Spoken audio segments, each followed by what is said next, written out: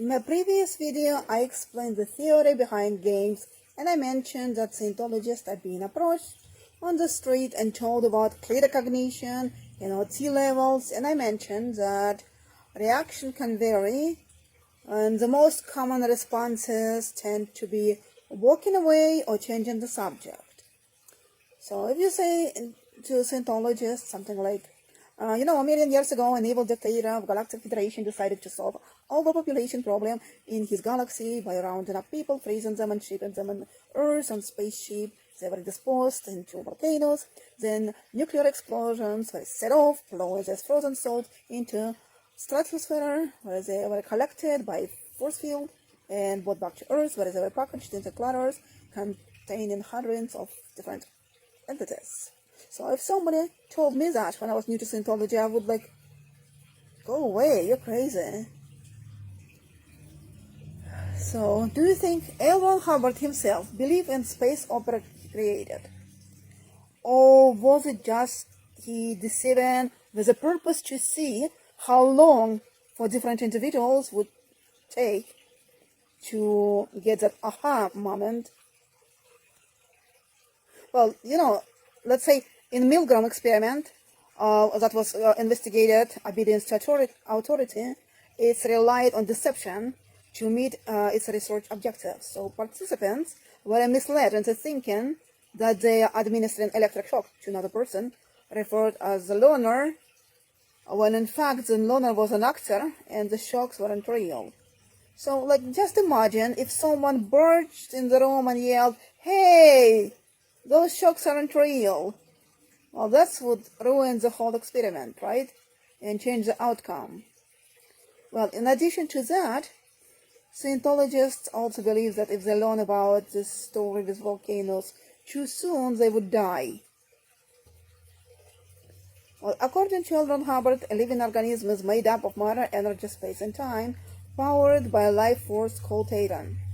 Theta helps to bring order in the physical universe. The physical parts of the organism, which includes matter, energy, space, and time, follow the law of science, physical laws.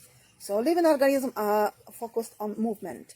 Theta allows them to change physical forces to control the environment while keeping a balanced pace of motion. So any knowledge that can be sensed, measured, or experienced by any entity is capable of influencing that entity. The Theta is the source of all creation and life itself. So when I was a teenager, one time a Scientologist told me that all science fiction that was ever written, any books or movies, they were actually real memories of people, and writers just sell them as a science fiction. And I actually, back then it made sense to me. I was like, well, right, who would imagine something like this? I believed it.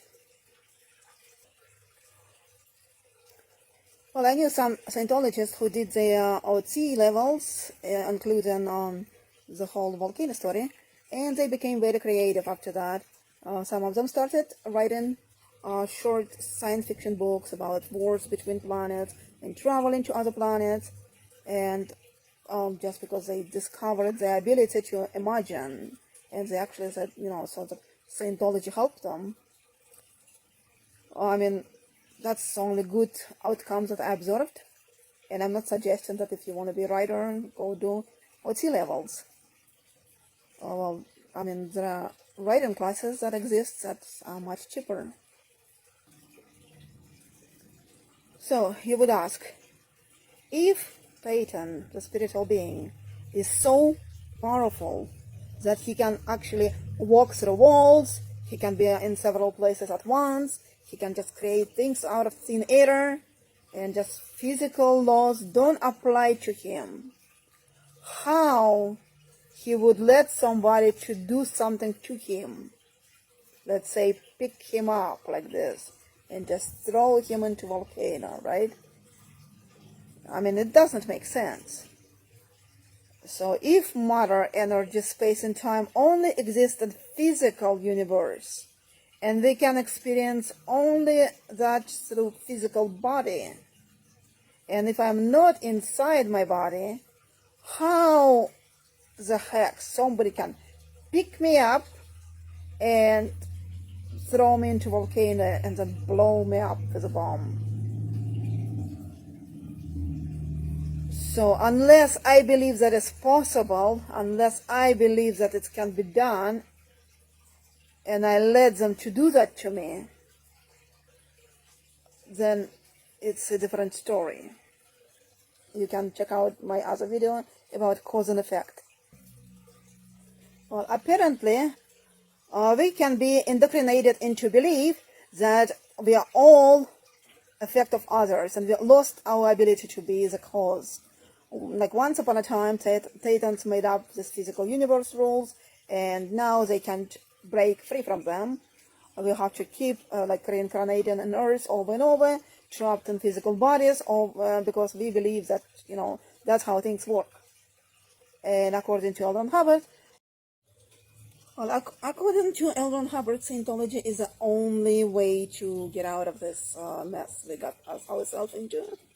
So here is from Keeping Scientology Working: the whole organized future of this planet, every man, woman, and child on it, and your own destiny for the next endless trillions of years, depending on what you do here and now with in Scientology. This is deadly serious activity, and if we miss getting out of the trap now, we may never again have another chance. Remember, this is the first chance to do so in all the endless trillion of years of the past. So, after person got labeled clear, achieved this condition, OT is a new game for him, because, you know, game have to go on. So in order to have a game, you need something to be free from, to have a sense of purpose. And right here in Scientology Milestone One lecture, Hubbard actually admits that Scientology itself is a game. He made it this way. Well, he wrote lots of different things, but let me show you what actually he wrote. One important thing. Only question in your mind at this moment is, can I attain the first milestone? That's the reason I'm giving this course, the first milestone. That's the reason you have this book, Handbook for Pre-Clearers. That's attaining the first. Okay, that's not it. Give me 1 second. Okay, here he talks that first milestone doesn't include clearing up the prisons, clearing up the insane asylums, or resolving the problem of cities like Los Angeles, and yada yada. Okay, here is what I was going to show you. Actually, read you. If you will just stay with me on this line up to the first milestone in Scientology, and bring yourself up to the high level of ability, and apply yourself to that, you will be free. Free of me and Scientology too.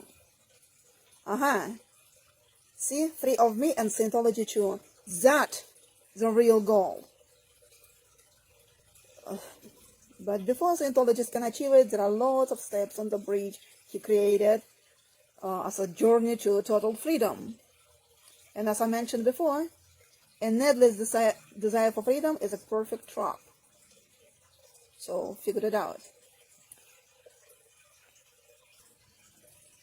Well, don't forget to check out my other videos. Just click on my channel and see what else is there. Have a nice day.